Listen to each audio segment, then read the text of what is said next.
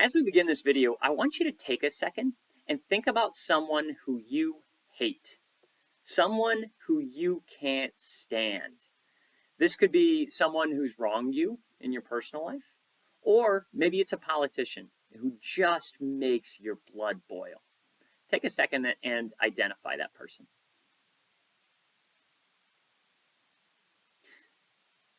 Now that you have that person identified, I want you to consider this question. If that person was giving a 5-minute speech, would you be a very effective listener? The correct answer is probably no. In fact, bias may be the most prevalent listening barrier in Western culture today.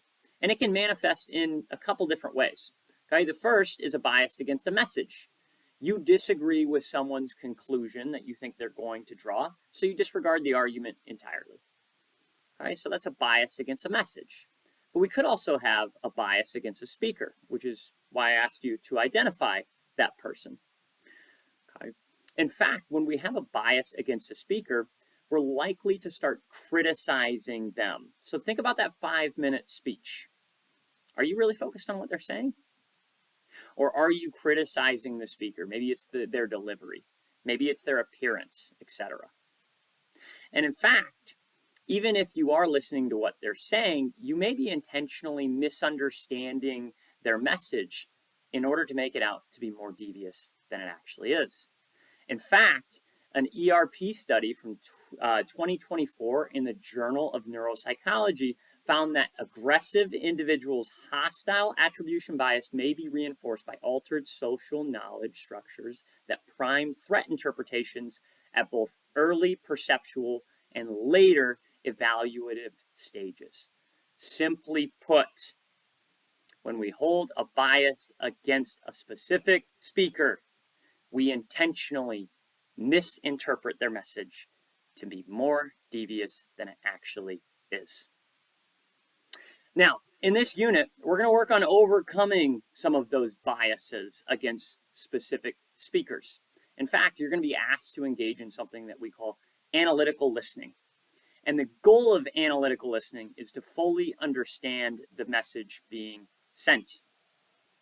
And when we misinterpret things to be more devious than they actually are, we're not actually engaged in effective analytical listening. So in order for me to make sure that you're presented with someone who you may hold a bias against, I've tracked down 2 speakers, and I'm willing to bet that you hold a bias against at least one of them, maybe both. Okay? The first speaker is former President Barack Obama, and the second speaker is the current president, Donald Trump. Now, I've strategically grabbed those 2 because, again, you likely hold a bias against at least one of them.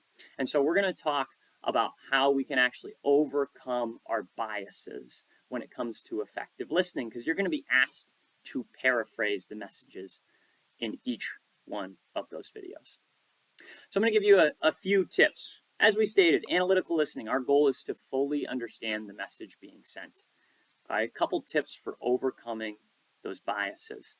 Number 1, do not evaluate the quality of the message. This tends to be what we do when we hold a bias against someone, because after we slightly misinterpret their message to be more devious than it actually is, then we launch into, what a terrible message. Only an evil person would deliver such a terrible message. And then we start evaluating the quality. I don't care about the quality when we're engaged in analytical listening. We want to make sure that we accurately understand the message being sent. The second tip I'm going to give you is this. Separate the message from the speaker. I want you to pretend that this is somebody that you don't know. It's just some Joe Schmo delivering this message. Right? Sometimes that can help people separate that message from the speaker because we don't like the speaker very much. Right? So those are 2 really good tips for overcoming bias. Now here's 2 more practices that we should engage in when it comes to analytical listening in general. And one is ask for clarification. Ask questions about things you're unsure of. Now, we're not going to get to do this when we're watching these speeches because they're going to be watched electronically. Okay? The second thing we should do is we should paraphrase the message back in the simplest terms. Now, this is actually a really, really valuable tool to implement in your lives. And in fact, my wife and I actually it's sort of an unofficial rule that if we get into an argument, here's how we're going to proceed. She's going to talk, I'm going to listen, and I'm not going to say a word until she finishes speaking. And then, once she's done speaking, I'm going to paraphrase her message back to her.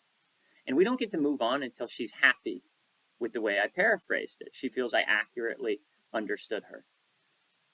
Once that happens, then I'm going to speak, and she's going to listen. And she's going to wait until I'm finished, and then she's going to paraphrase the message back, and then we won't move on until I'm happy with that paraphrase. Now, this does a couple things.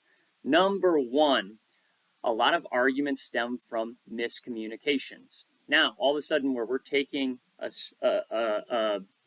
point to stop and paraphrase a message back, okay, and then if there is misinterpretation, we're correcting that in real time. So we're almost taking that barrier out. The second thing this does is it makes you feel incredibly validated. When somebody paraphrases your message back to you, you would be surprised how much vitriol comes right out of the argument. Because all of a sudden it's like, oh my gosh, you really were listening. You do understand what I'm saying. And now all of a sudden, it's not necessarily adversarial where I'm trying to win the argument against the other person, but we're working together against the issue. Okay. So that's a really good skill that I'd tuck in your back pocket. I use it in my actual life, and I think you should as well. Okay. Now, we're going to talk about 3 different types of paraphrasing. Okay, we're going to paraphrase for our assignment as we paraphrase these 2 speakers. We're going to paraphrase for content, which is just what is the information. We're going to paraphrase for intent, and that is what is the speaker trying to accomplish by giving the audience this message. Now, you're going to assume a positive intent. Okay, don't let your bias get the best of you on that. And then there's tone, and tone is the emotion behind the message.